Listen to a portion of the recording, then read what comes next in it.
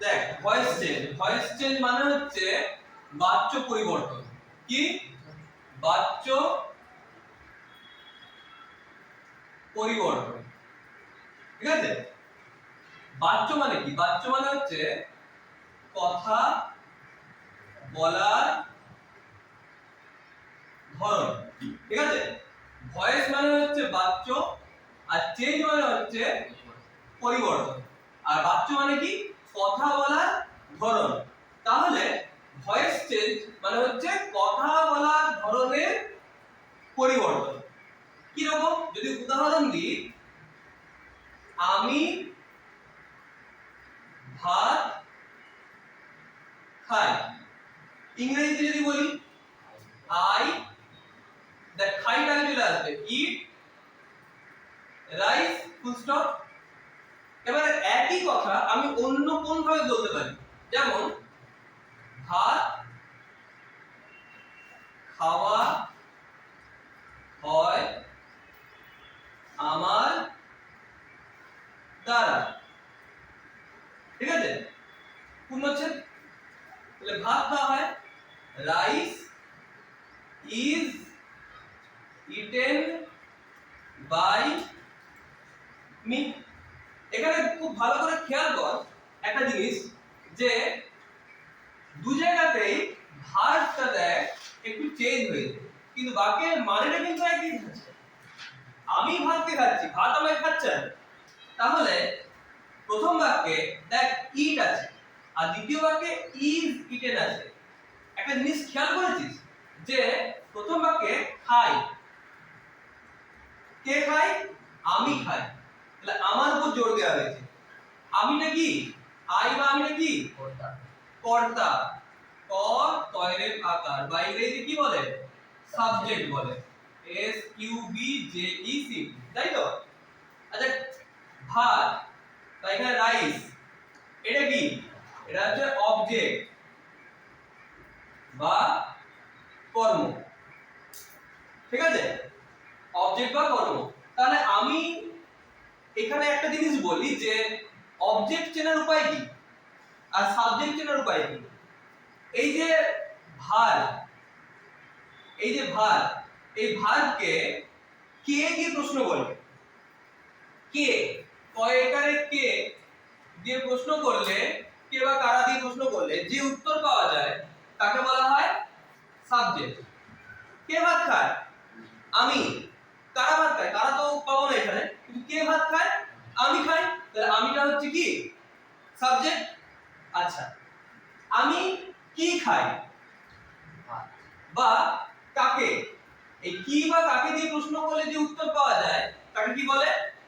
তাকে বলা হয় অবজেক্ট বা কর্ম। লিখতে থাক তোরা সাথে সাথে। ভয়েস মানে হচ্ছে বাচ্য পরিবর্তন, ভয়েস চেঞ্জ মানে বাচ্য পরিবর্তন। বাচ্য মানে কথা বলার ধরন, এই কথা বলার ধরনের পরিবর্তন।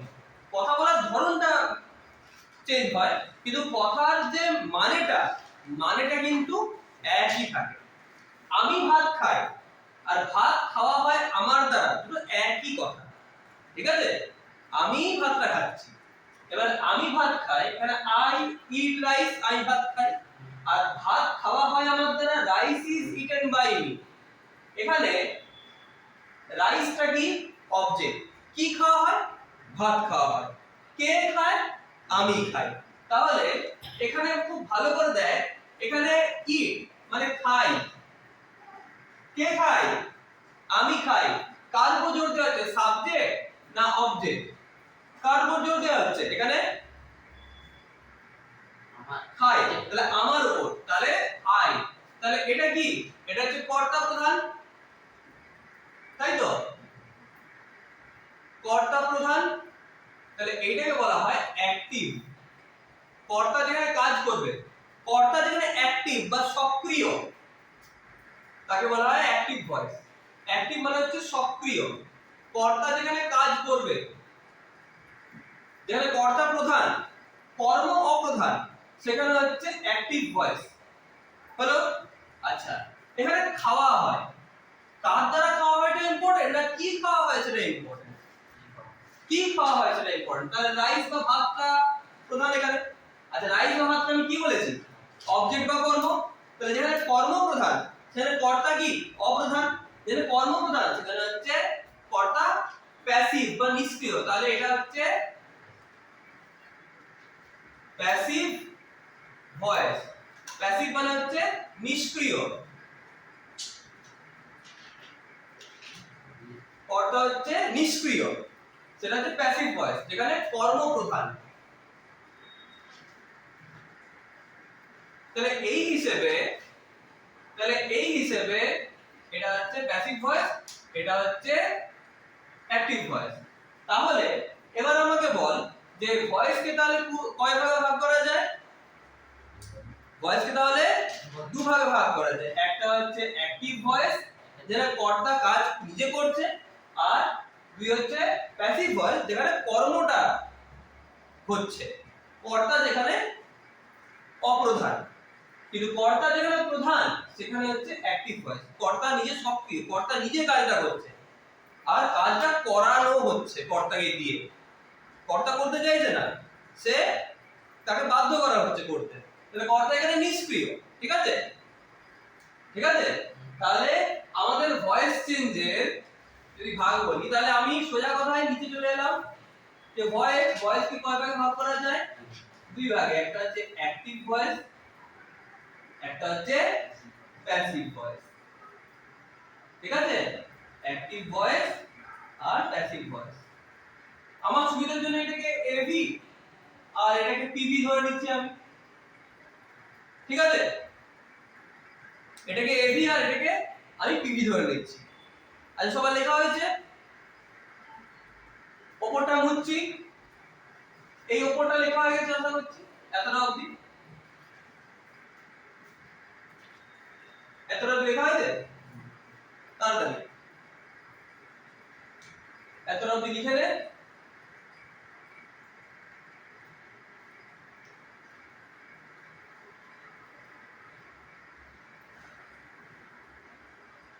তাহলে কি হলো?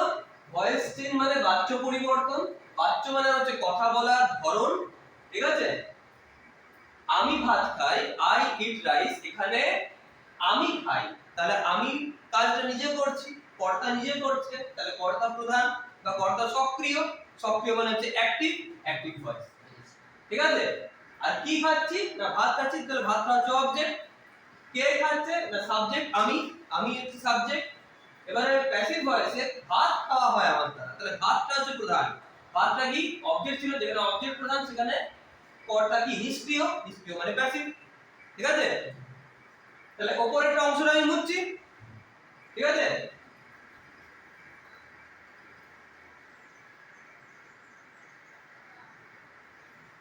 কি বললাম? সাবজেক্ট কিভাবে বের করতে হয়? কে দিয়ে প্রশ্ন করে বা কারা দিয়ে প্রশ্ন করে। আর অবজেক্ট কিভাবে বের করতে হয়? প্রশ্নটা কাকে করব? প্রশ্নটা কিন্তু আমরা ভার্বকে করব। ভার্বকে প্রশ্ন করব, কে করেছে বা কারা করেছে, উত্তর পেয়ে যাবো সাবজেক্ট। কি করেছে বা কাকে। ঠিক আছে, যেমন আমি তোকে ধর কিটা তো বলেছি, আই ইট রাইস, আমি কি খাই। কাকে বা কাদেরকে এটা বলিনি, যেমন আই লাভ মাই প্যারেন্টস, মানে আমি ভালোবাসি আমার বাবা মাকে। তাহলে আমি প্রশ্ন করছি কি ভালোবাসি, উত্তর পাবো? পাবো না উত্তর। আমি কাকে বা কাদেরকে ভালোবাসি? আমার বাবা মা। তাহলে এখানে আইটা হয়ে গেল সাবজেক্ট, লাভটা হয়ে গেল ভার্ব, আর মাই প্যারেন্টসটা হয়ে গেল অবজেক্ট বা কর্ম। ঠিক আছে, তাহলে কাকে বা কাদেরকে পেয়ে গেলাম। এইভাবে কাকে বা কাদেরকে বা কি এটা পেয়ে যাব। তাহলে দুটোই বললাম। এইবারে ভয়েস চেঞ্জ করার আগে আমাদেরকে টেন্স এর কথাটা একটু মাথায় আনতে হবে। টেন্স কে আমরা সাধারণত কয় ভাগে ভাগ করতে পারি? টেন্স কে আমরা সাধারণত কয় ভাগে ভাগ করতে পারি? সাধারণত তিন ভাগ হয়, প্রেজেন্ট, পাস্ট এবং ফিউচার। তাই তো? এবার প্রেজেন্ট কে, পাস্ট কে আর ফিউচার কে আরো চারটে করে ভাগে ভাগ করা যায়। এক নাম্বার হচ্ছে সিম্পল বা ইনডিফিনাইট, দুই নম্বরে হচ্ছে কন্টিনিউয়াস বা প্রোগ্রেসিভ, 3 নম্বরে হচ্ছে পারফেক্ট, আর 4 নম্বরে হচ্ছে পারফেক্ট কন্টিনিউয়াস। তাহলে কি কি হলো? প্রেজেন্টের আন্ডারে এই চারটে, পাস্টের আন্ডারেও চারটে, ফিউচারের আন্ডারেও চারটে। চল গুণ করি। 3 উপরে আছে আর নিচে আছে 4, 3 4 এ কটা হলো? তাহলে 12টা। তাহলে টোটাল টেন্স হচ্ছে 12টা। এবার আমি সাজাচ্ছি simple present, simple past, simple future tense, অথবা present indefinite, past indefinite, future indefinite. দেখ, সিম্পল শব্দটা এমন একটি শব্দ যেটা এদের আগে বসবে, বাকি সব indefinite, continuous, progressive, perfect, perfect continuous সব এদের পরে বসবে। তাহলে সিম্পল বললে simple present, simple past, simple future, আর বাকিগুলো সব present indefinite, present past indefinite, future indefinite, present continuous বা প্রেজেন্ট প্রোগ্রেসিভ, এই রকম ভাবে বলবে। ঠিক আছে? তো এই রকম ভাবে দেখ, সিম্পল প্রেজেন্টও যা, প্রেজেন্ট ইনডিফিনাইটও তা, প্রেজেন্ট কন্টিনিউয়াসও যা, প্রেজেন্ট প্রোগ্রেসিভও তা। ঠিক আছে? কোন কোন বইতে প্রোগ্রেসিভ কথাটা পাবি, বেশিরভাগ তুই কন্টিনিউয়াসটাই পাবি। তাহলে আমাকে একটা জিনিস বল যে টোটাল টেন্স হচ্ছে 12টা, সাধারণত টেন্স হচ্ছে 3টে, তাদের আবার 4টে করে ভাগ, টোটাল টেন্স হচ্ছে 12টা। এতটা অবধি বোঝা গেছে? এর মধ্যে 12টার মধ্যে মাত্র 8টা আমাদের কাজে লাগে, বাকি 4টে লাগে না। কোনটা কোনটা লাগে না? একটা ফিউচার কন্টিনিউয়াস লাগে না, আর কোনো পারফেক্ট কন্টিনিউয়াসই আমাদের ভয়েস টেন্সের জন্য লাগে না, সাধারণত আমাদের ইউজ করতে হয় না। তাহলে কোনটা কোনটা লাগে? প্রেজেন্টের আন্ডারে ইনডিফিনাইট, কন্টিনিউয়াস, পারফেক্ট, পাস্টের আন্ডারে ইনডিফিনাইট, কন্টিনিউয়াস, পারফেক্ট, আর ফিউচারের আন্ডারে ইনডিফিনাইট আর পারফেক্ট। ঠিক আছে? টোটাল হচ্ছে 8টা। এই 8টা টেন্সকে আমাদের জানলে মোটামুটি ভয়েস টেন্স আমাদের কুলিয়ে যাবে। ফিউচারের আন্ডারে কন্টিনিউয়াস লাগে না, পারফেক্ট কন্টিনিউয়াস কোনটাই লাগে না। কন্টিনিউয়াস, পারফেক্ট কন্টিনিউয়াস কোনটাই লাগে না, বা আর ফিউচার আন্ডারে কন্টিনিউয়াস লাগে না। এতটা অবধি বুঝা গেল না? বুঝতে কোনো অসুবিধা আছে সবার? বুঝে গেছে সবাই? আচ্ছা, তাহলে এবার আমরা একদম শুরু থেকে শুরু করি। এবারে আমরা একটু মনে করি যে সেন্টেন্সের আমাদের কটা ভাগ আছে। দেখ, সেন্টেন্সকে দুটো ধরনে ভাগ করা যায়। ঠিক আছে? একটা হচ্ছে বাই মিনিং, অর্থগত দিক থেকে,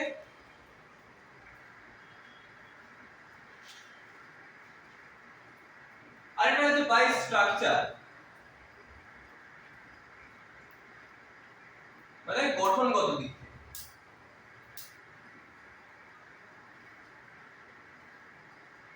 বাই মিনিং, অর্থগত দিক থেকে আমাদের 5টা ভাগ আছে সেন্টেন্সের, আর গঠনগত দিক থেকে আমাদের 3টে ভাগ আছে। ঠিক আছে? এক নম্বরে অ্যাসার্টিভ,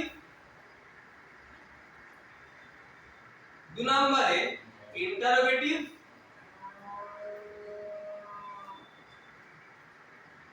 3 নম্বরে ইম্পারেটিভ, 4 নম্বরে অপটেটিভ, আর 5 নম্বরে এক্সক্লেমেটরি। ঠিক আছে? এবারে বাই স্ট্রাকচারে 1 নম্বরে হচ্ছে সিম্পল, 2 নম্বরে হচ্ছে কমপ্লেক্স, আর 3 নম্বরে হচ্ছে কম্পাউন্ড। ঠিক আছে? এইবার এই ভাগটা মনে থাকবে সবার? ঠিক আছে? এই ভাগটা মনে রাখবি। অ্যাসার্টিভ বর্ণনামূলক, ইন্টারোগেটিভ প্রশ্নসূচক বা জিজ্ঞাসাসূচক, ইম্পারেটিভ হচ্ছে অনুজ্ঞাসূচক। ইম্পারেটিভের আন্ডারে কি কি ঢোকে জানিস? অর্ডার, রিকোয়েস্ট আর অ্যাডভাইস, VISE, এরা ঢোকে ইম্পারেটিভের আন্ডারে। অপটেটিভ মানে হচ্ছে প্রে বা উইশ, প্রে বা উইশ। ঠিক আছে? অপটেটিভের আন্ডারে এরা ঢোকে।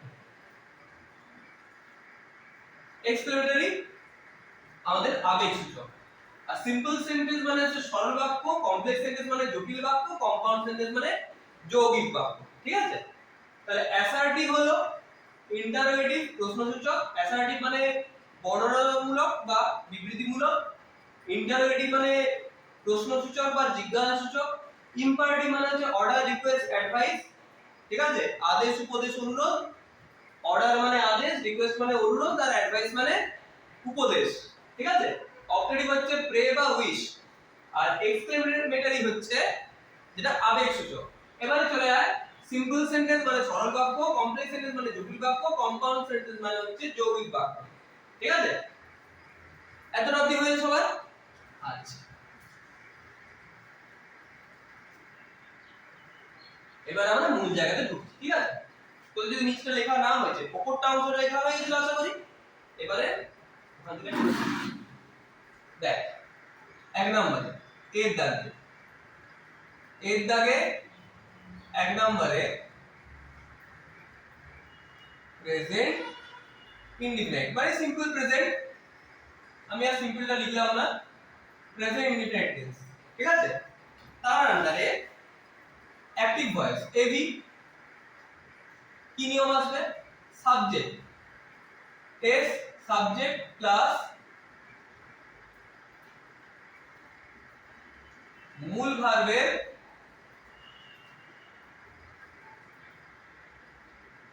Present group. যদি সাবজেক্টটা থার্ড পারসন সিঙ্গুলার নাম্বার হয়, তাহলে কখনো কখনো তার সঙ্গে এস বা ইএসও যুক্ত হতে পারে। সব ক্ষেত্রে নয়, কিন্তু এস বা এস যুক্ত হতে পারে যদি থার্ড পারসন সিঙ্গুলার নাম্বার হয় সাবজেক্টটা।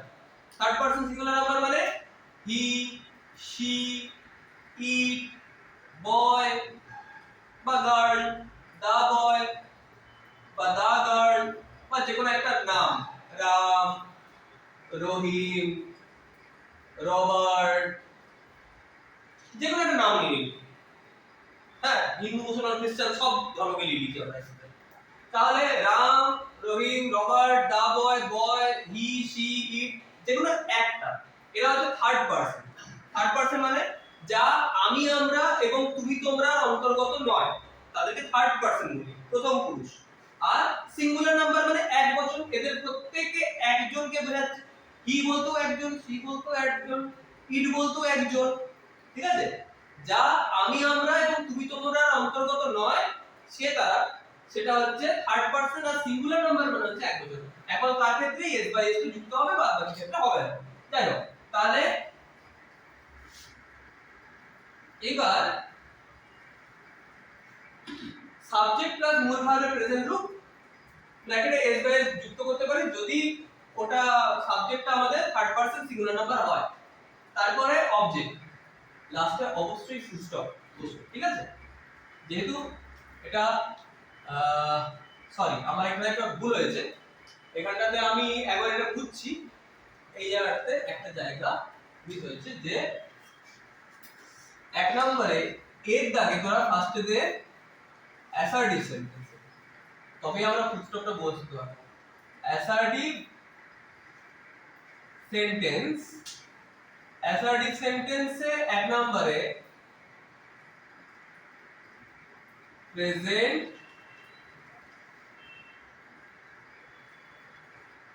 ইনডিফিনাইট, প্রেজেন্ট ইনডিফিনাইটে অ্যাক্টিভ ভয়েস হচ্ছে সাবজেক্ট প্লাস মূল ভার্ব মানে প্রিন্সিপাল ভার্ব। মূল ভার্বের প্রেজেন্ট রূপ আমি বললাম যে যদি সাবজেক্টটা থার্ড পারসন সিঙ্গুলার নাম্বার হয় তাহলে এস বা ইএস আমরা যুক্ত করব, তাই তো? প্লাস কি বসবে? অবজেক্ট বসবে, লাস্টে ফুল স্টপ বসবে, তাই তো? এবারে প্যাসিভ ভয়েসে কি বসবে? প্যাসিভ ভয়েসে সেই অবজেক্ট উঠে এখানে চলে আসবে সামনে। অবজেক্ট প্লাস এম বা ইজ বা আর প্লাস এই যে মূল ভার্ব না, মূল ভার্বের প্রতিবার মনে রাখবি ভয়েস চেঞ্জের প্যাসিভ ভয়েসে মূল ভার্বের পাস্ট পার্টিসিপল রূপ বসে। মূল ভার্বের past participle বা V3 রূপ বসে প্লাস বাই প্লাস সাবজেক্ট লাস্টে ফুল স্টপ। ঠিক আছে, একটা যদি উদাহরণ দিই তাহলে উদাহরণ কি বসবে বল?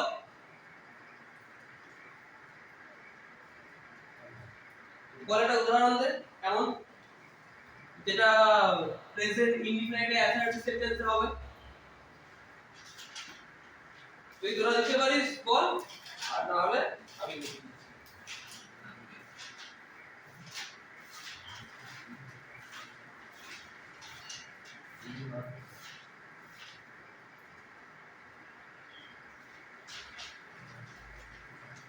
বল পারবি? আচ্ছা দেখ, হ্যাঁ ধর আমি एग्जांपल দিচ্ছি এখানে, एग्जांपल দিচ্ছি সাবজেক্ট আই, মূল ভার্ব প্রেজেন্ট গ্রুপ ইট, আর অবজেক্ট রাইস। আইটা হচ্ছে সাবজেক্ট, ইটটা হচ্ছে ভার্ব, রাইসটা হচ্ছে অবজেক্ট আমরা জানি। তাহলে এটা কিসে আছে? এটা অ্যাক্টিভ ভয়েসে আছে। প্যাসিভ ভয়েসে কি হবে? স্যার পিপি মানে প্রেজেন্ট পার্টিসিপল। হ্যাঁ, পাস্ট পার্টিসিপল। এখানে পিপি মানে হচ্ছে পাস্ট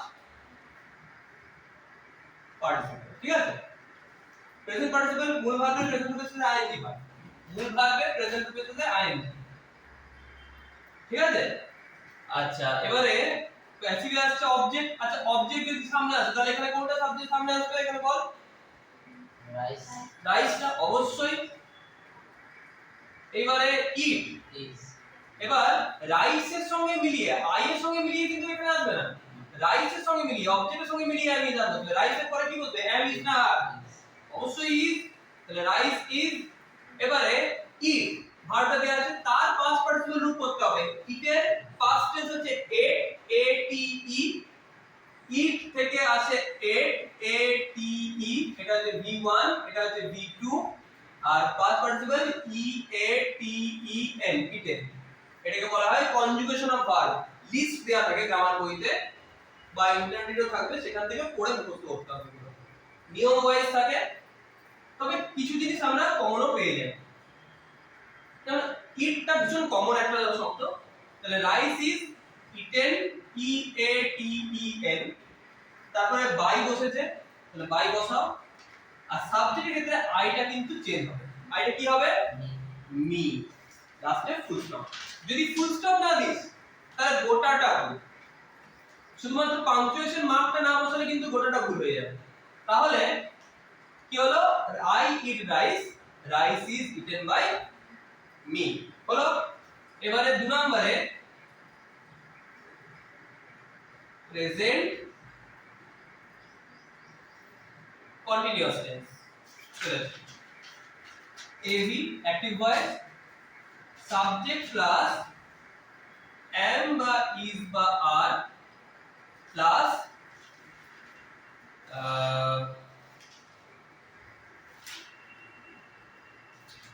মূল ভার্বের প্রেজেন্ট রূপ, তাই তো? V1 প্লাস তার সঙ্গে আইএনজি যোগ করতে হবে।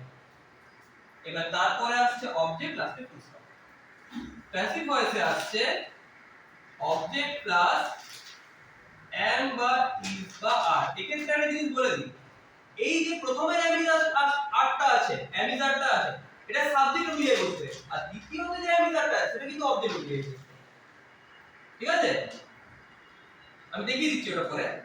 অবজেক্ট প্লাস এম ইজ আর, এবারে প্লাস চিহ্ন দিয়ে আইএনজি যে বসেছিল তার জন্য আসবে being, B E I N G. তাহলে আইএনজি এর জন্য যদি বিইং বসে গেল তাহলে পড়ে থাকবে V1, V1 টা কি হয়ে যাবে এখানে? V3 হয়ে যাবে। তারপরে প্লাস বাই প্লাস সাবজেক্ট। দেখ আইএনজি টা চলে এসেছে বিইং এ, আর V1 টা চলে এসেছে V3 তে। তারপরে বাই প্লাস সাবজেক্ট, লাস্টে ফুল স্টপ। তো এটা যদি আমি एग्जांपल দিই তাহলে অ্যাক্টিভ ভয়েসে ধর আমি বললাম, আমি সেন্টেন্সটা কি টানছি, I am eating rice full stop. Passive ভয়েসে হবে কি হবে, প্রথমে রাইজ হবে ইজ। এবার খেয়াল কর আই এর পরে কি বসেছিল এম, কিন্তু রাইজ এর পরে কিন্তু এমটাই বসে গেল না, রাইজ নিজস্ব ভার্বকে নিয়ে এলো ইজ। এবার আইন কি বসেছে তাহলে ওটাকে বি ইং বসাও, আবার ইটটা কি হবে ইটেন বাই মি। বুঝতে পারছো না পারছো না? বুঝতে পারছো? এইটাই সিস্টেম, তোমাদেরকে শুধু মুখস্থ করতে হবে নিয়মগুলো, ঠিক আছে? গ্রামার মানে যে কোনো ভাষা শেখার নিয়ম, সেই নিয়মকে না মুখস্থ করলে কিন্তু তোমরা করতে পারবে না। আশা করি ফার্স্ট এডটা হয়ে গেছে তোমাদের। আচ্ছা প্রেজেন্টের আন্ডারে আর কোনটা আছে? আর একটা আছে প্রেজেন্টের আন্ডারে। কোনটা আছে? এটা প্রেজেন্ট কন্টিনিউয়াস চললো, 3 নম্বরে প্রেজেন্ট পারফেক্ট।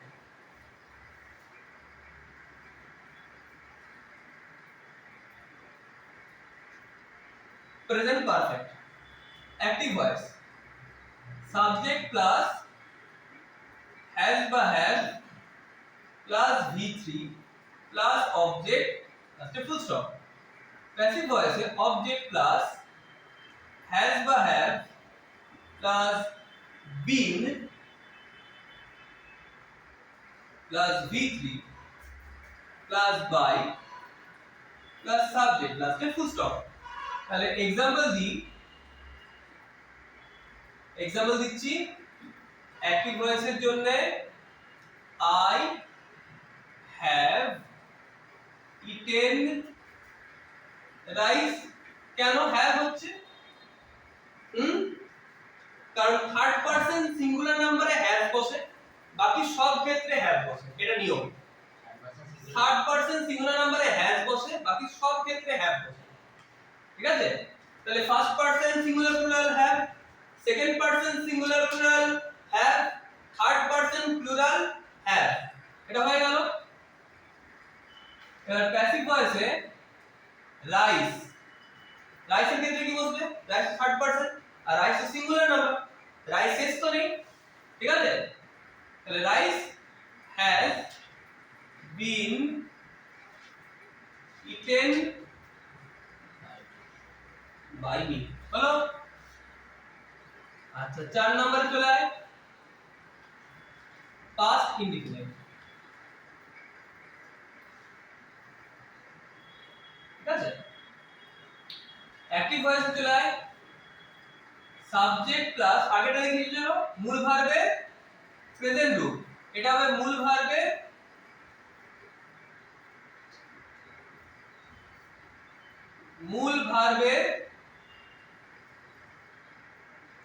পাস্ট রূপ প্লাস অবজেক্ট লাস্টে ফুল স্টপ। প্যাসিভ ভয়েসে হবে অবজেক্ট প্লাস আগেরটাই ছিল এম ইজ বা আর, এখানে হবে ওয়াজ আর ওয়্যার, এই দুটোর মধ্যে একটা was were plus v3 plus by plus subject লাস্টে ফুল স্টপ।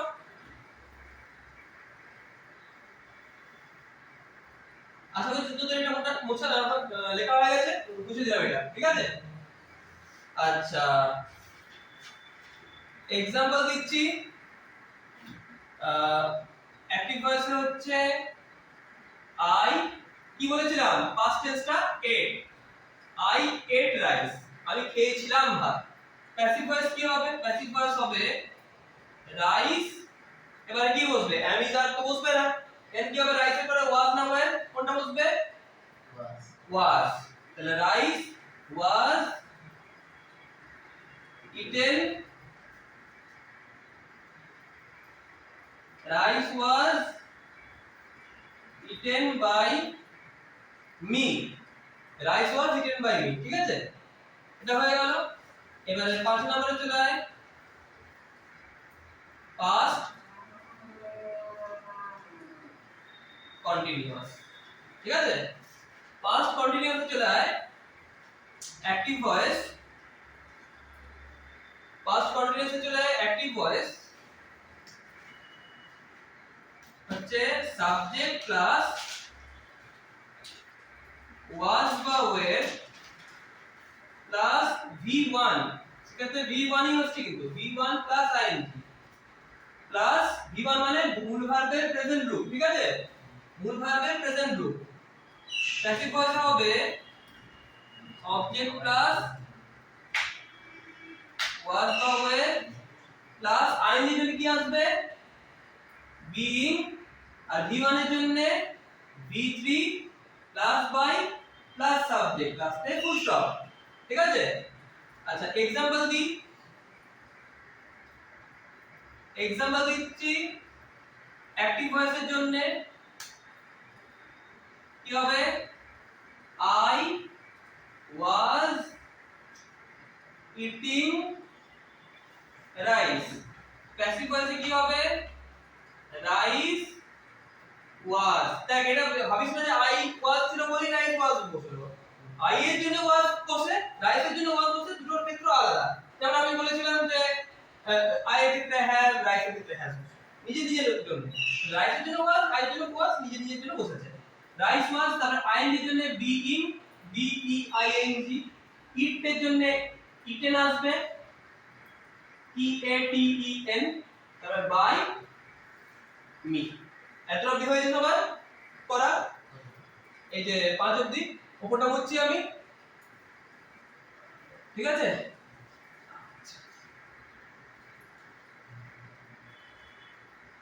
6 নাম্বার। আচ্ছা পাস্ট কন্টিনিউয়াস হলো পাস্ট পারফেক্ট। পাস্ট পারফেক্টে আসছি active voice subject plus had. পাস্টে একটাই জিনিস বলছো সব ক্ষেত্রে had plus V3 plus object লাস্টে ফুল স্টপ। প্যাসিভ ভয়েসে object plus had plus been plus V3 plus by plus subject লাস্টে ফুল স্টপ। এক্সাম্পল দিলাম, ধর অ্যাক্টিভ ভয়েসে আসছে I had eaten rice. Passive ভয়েসে rice had been eaten by me, ঠিক আছে।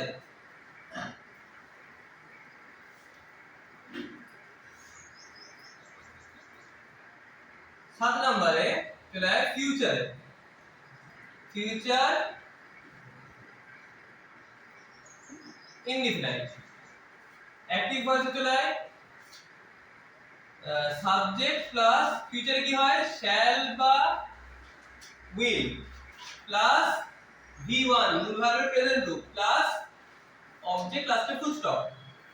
প্যাসিভ ভয়েসে কি হবে অবজেক্ট প্লাস শ্যাল বা উইল, তবে ফিউচারটা হলো, ঠিক আছে, প্লাস হবে বিই।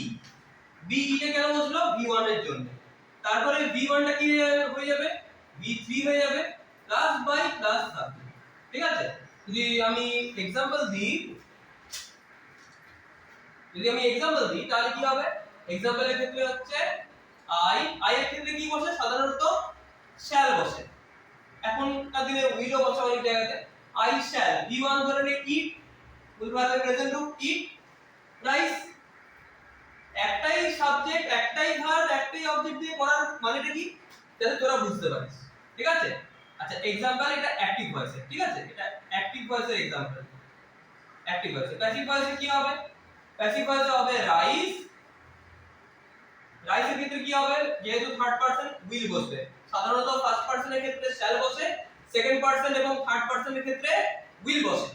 তাহলে rice will be eaten by me, হলো এটা। আচ্ছা হ্যাঁ, তারপরে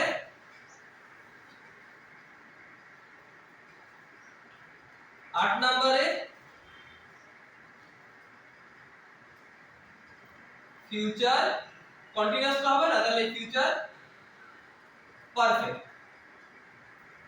অ্যাক্টিভ ভয়েসে হবে সাবজেক্ট প্লাস শ্যাল বা উইল প্লাস পারফেক্টের জন্য বলবে হ্যাভ প্লাস V3 প্লাস হচ্ছে অবজেক্ট, ঠিক আছে প্যাসিভ ভয়েসে হবে অবজেক্ট প্লাস শ্যাল বা উইল প্লাস হ্যাভ এর পরে যেহেতু প্যাসিভ ভয়েস তাহলে হয়ে যাবে বিন বিনের পরে বসবে V3 plus by plus subject plus full stop তাহলে एग्जांपल দিচ্ছি एग्जांपले কি হবে অ্যাক্টিভ ভয়েসে হবে আই এর পরে হবে শ্যাল তারপরে হবে হ্যাভ এর পরে হবে V3 মানে ইটের তৃতীয় রূপ হচ্ছে ইটেন ইটেন প্লাস না প্লাস হবে না এখানে I shall have eaten rice লাস্টে ফুল স্টপ প্যাসিভ ভয়েসে কি হবে প্যাসিভ ভয়েসে হবে রাইস তারপরে হবে উইল রাইসের জন্য উইল বসে রাইস উইল তারপরে হবে হ্যাভ তারপরে হবে বিন বিনের পরে হবে eaten rice will have been eaten তারপরে হচ্ছে বাই মি লাস্টে ফুল স্টপ ঠিক আছে ফিউচার আমাদের অ্যাসার্টিভ সেন্টেন্সের এগুলো হচ্ছে ভয়েস ঠিক আছে The assertive sentence.